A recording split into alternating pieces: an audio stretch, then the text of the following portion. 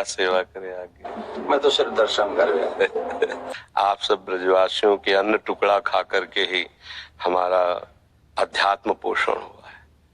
अगर आप ब्रजवासियों की कृपा को न होती, अन्न टुकड़े न मिलते, तो मुझ जैसे अधम को लाडली लाल अपना कैसे मान लेते। हम में एक ही गुण है कि हम सिर्फ ब्रजवासी हैं जी, बाकी हम सब में अपने खाने एक ही बात से सब काम समझ जाएगा। हमारे प्रभु संबंध को बहुत निर्वाह करना जानते हैं।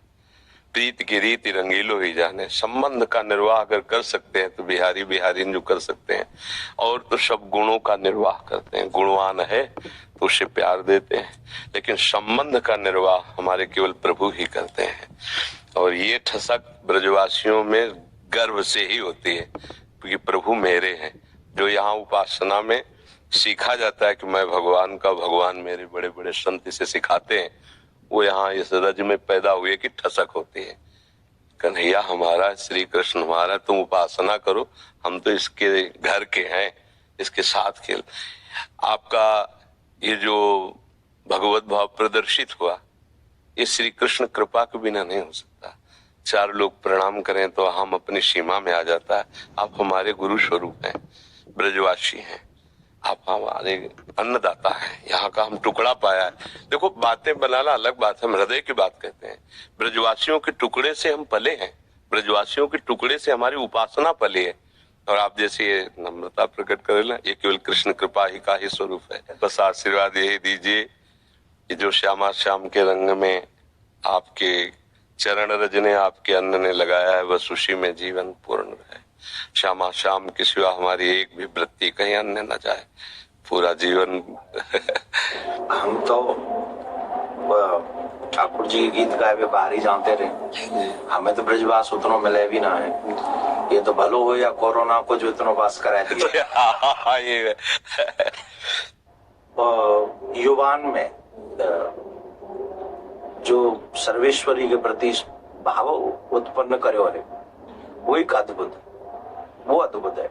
और वही के लिए चर्चा है,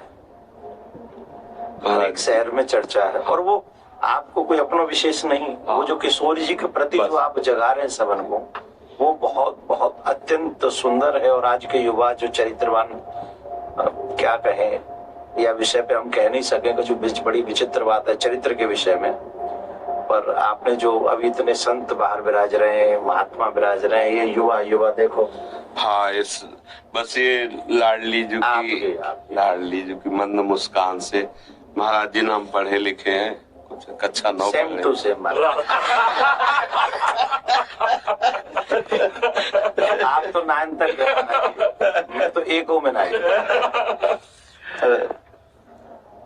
आपका देखो, बचपन से ब्रज में जल और ठाकुर जी बलला, बड़े बड़े परमहंस मस्तक में अपने चरण धूलि आपकी जी। ये आशीर्वाद को मिलो बचपन, बहुत आशीर्वाद ऐसो मिलो कि वो लाड लड़ा गए, गोद में बैठा बाबा है, गोवर्धन वाले बाबा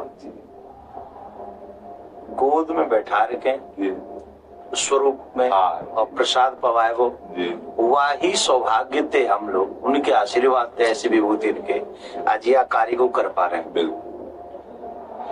और ये जो आपका बाहर जाना है ना, ये हमारे लिए बहुत मंगलमय है। देखो, जहां हम नहीं पहुंच सकते वहां हमारी बात पहुंच रही है। आप सब अगर न जाए तो कोई रास क्या है जान नहीं पाएगा। राधा नाम का परिचय हमारे ब्रजवासी इस रज का सेवन करने वाले ही दे सकते हैं।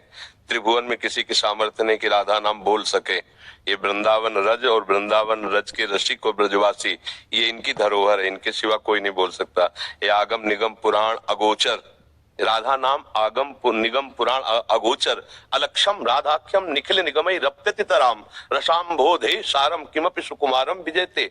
अलक्ष्य वेदों से श्री लालजू महाराज के लिए नेति नेति वेद कहते हैं। फिर लालजू महाराज जहाँ रस की याचना करते हैं, मांगत लाल लाड़िलो नागर, प्रगट भई दिन दिन की चोरी, दान दैरी नवल किशोरी। जिनके श्री चरणों को मस्तक पर पधराने के लिए भगवान शंकर ब्रह्मादि शुकादि याचना करते रहते, ध्यान धरते रहते हैं, वही प्रभु हमारी लाडली जी के चरणों में महावर लगाने के लिए सखियों से याचना करते रहते हैं। इस रस को कैसे कोई जानेगा? श्री श्यामा जी के चरणन की बलिहारी, जे है बसत किशोर लाल के प्राणन मध्य सदारी। कहा? किशोर लाल के प्राणन मध्य सदारी श्री श्यामा जी। यानी कि हमें अपने संप्रदाय के कहे नंददास चापत चरण मोहन लाल, कुंवरी राधे पलंग पौड़ी सुंदरी नवबाल। ये वो चरण चाप रहे हैं। ध्येयम सदा परिभवग्नम अभीष्ट दोहम, तीर्थास्पदम शिववीरं चिन्नुतम शरण्यम, प्रत्यार्थिहम प्रणतपाल भवाब्दिपोतम। ये बंदे महापुरुष ते चरणारविंदम। वो ऐसे चरणारविंद वाले गोरे चरणारविंद की देखो कैसी अद्भुत महिमा है। नंद सुत मन मोदकारी विरह सागर तरन। ये बात अनंत गोपियां जिनके श्री चरण का स्मरण करके शीतलता धारण करती हैं, वो है श्री कृष्ण। और श्री कृष्ण हृदयर्पितम मधुपते स्मरतापमुग्रम निर्वापयत परम शीतल आश्रयामि।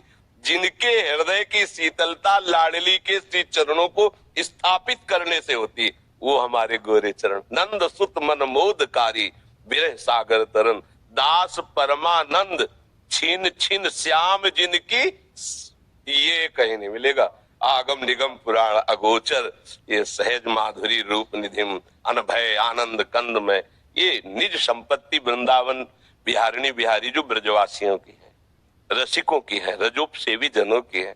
तो अहोभाग्य है कि ऐसे अभी जन विराजमान है कि बाहर जाकर राधा नाम रास भगवद यश का गान करते हैं तो उनके कानों में लोभ जागृत होता है, भागते हैं वृंदावन की तरफ। अगर हमको रास का परिचय न मिला होता बाहर से तो लोभ कैसे जागृत होता है? वहां देखा, अब ये तो जीवन बन गया, इसके बिना जी नहीं सकते, घसीट लिया। ये महापुरुष जन जा जा करके राधा नाम भगवद यश गान करते, जगत मंगल करते हैं, जगत मंगल। जिस दिन ये बंद हो जाएगा उस दिन जो धुआं उठ रहा है ना, वो ज्वाला बन जाएगी, सुरक्षित कोई नहीं रहेगा।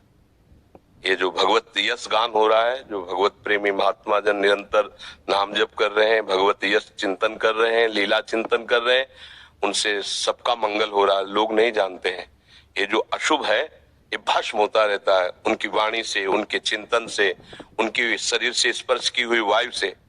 और जिस दिन ये मंगल बंद हुआ, ज्यादा दिन नहीं चलेगा, ये भी शास्त्रों के प्रति श्रद्धाएं कम होती चली जा रही हैं। संतों के प्रति ऐसे आचरण व्यक्त हो गए कि अश्रद्धा ही बढ़ रही है आगे चल करके। ये जैसे अब देखो अपनी जो पूर्व रास पद्धति थी, धीरे धीरे ऐसे सीरियल चल रहे हैं, ऐसी लीलाएं, कौन उनको देखे? उनको तो भावुक जन पान करते हैं ना, ब्रजवासी बालक भगवत स्वरूप में, वो इतना ही उनके लिए काफी। जो प्रेमी जन बाहर देखो धीरे धीरे शास्त्रों के प्रति अंगुली उठने लगी। अब आगे चल करके धीरे धीरे आपको उतरना पड़ेगा। शास्त्र सम्मत वार्ता कोई सुनने के लिए राजी नहीं होगा। ये तो अभी बहुत कृपा है, अभी बहुत कृपा है, सुन तो रहे ना, आगे सुनेंगे नहीं। ऐसी मलिन बुद्धि हो जाएगी, आदर नहीं होगा, शास्त्रों का आदर नहीं होगा, संतों का आदर नहीं होगा, भगवत प्रेमी भगवत लीला गायन कथा वचन का, इसका आदर धीरे धीरे नष्ट। तब भाव भ्रष्टाचार सब संसारा धर्म सुनाई नहीं, कान से सुनाई नहीं देगा।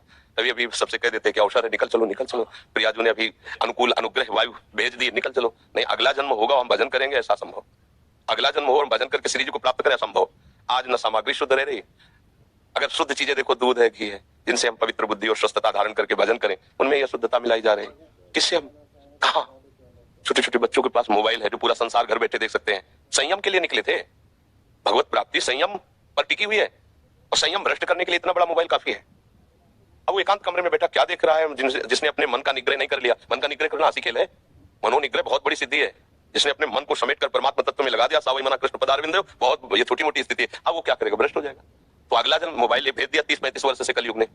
अब अगला जो जन्म होगा धीरे धीरे मतलब बहुत, तो ये कमर कसे रहना, हमारे धर्म के प्रति जीवन बलिदान की वृत्ति बनाए रखना, और अधिक से अधिक नाम महिमा, क्योंकि कलयुग में अन्य साधनों में रुचि होना, नाम महिमा, अधिक से अधिक नाम महिमा, भगवत लीला श्रवण का फल। एक महान दुराचारी प्रीत आत्मा, प्रीत बना हुआ 7 दिन की भागवत में भगवत धाम साक्षात सदे जाता है, सामने विमान पे जाता है। ये कोई कहानी नहीं, ऐसी ही